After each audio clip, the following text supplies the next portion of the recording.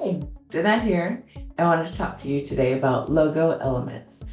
One of the things that I see all the time is people order logos from their friends or cheap vendors that charge $39.99, but then they end up with a logo that is not in a vector format. So my company, when we receive those, we're going to have to recreate the logo in total and match the fonts and match the colors as best as we can. Same with the shapes and any kind of clip art or icons or any kind of design element. We have to redo the entire thing. So you want to make sure that no matter who you hire to create your logo, that they supply you with a vector format, a clear translucent PNG format, a JPEG format, and a PDF format. You also want to make sure that they give them to you those JPEG, PNG, and PDF formats in color and one in black and white. Then you want to make sure that they create some kind of file. Usually it's one color. Usually it's black or white or red or one color that is good for your promotional items and your apparel.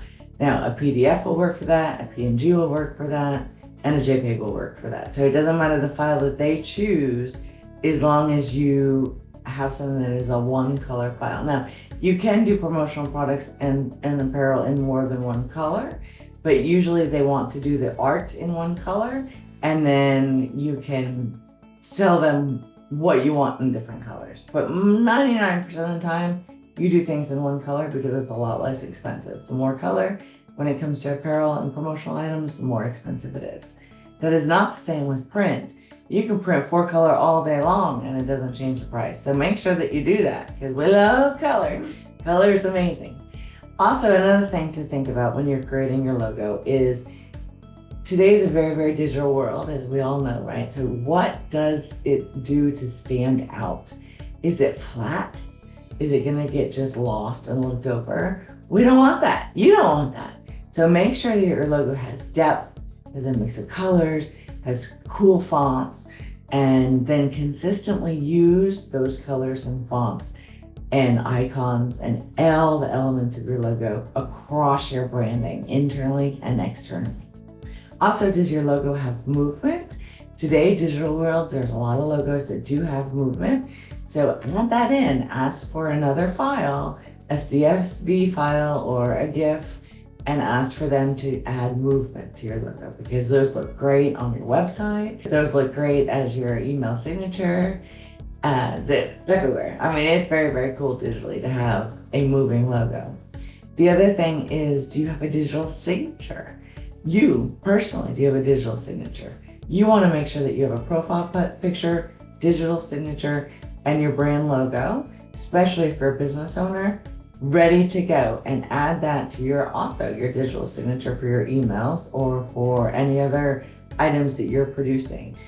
A letterhead, a letter to the staff, a PR boost, any of those things that you send out publicly, internally or externally, you want to have your signature, your logo, and your profile picture. People are visual today. It's all about being visual.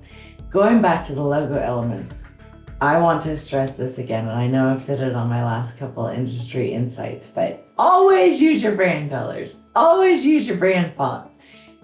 Keep them consistent. It's just like McDonald's. You don't need to see the name McDonald's. You drive by and you see these yellow arches and you're like, oh, it's McDonald's. We want the same thing for your brand. You do. So make sure the more consistent you are, the better it is. So you are going to get noticed, you're going to get recognized, and you're going to feel to the outsiders, the public, as a real brand because you're consistent in colors and fonts everywhere they go. They get a postcard from you, it's got your colors and fonts. They see an email from you, it's got your colors and fonts. They go to your website, it's got your colors and fonts. See where I'm going here? Use your colors and fonts all the time. Stand out from the crowd. Make sure that you get the right logo files. Make sure that your logo has a little bit of movement to use in some formats. Make sure that it has some depth and really cool design to it so that it looks great digitally. And then making sure that you have a black and white version of your logo is really important, because sometimes on printed items, you don't want to do something that's in color. But again, like I said, if you're producing something, if you're producing a magazine or a print ad or any of those kind of things, use all the color possible.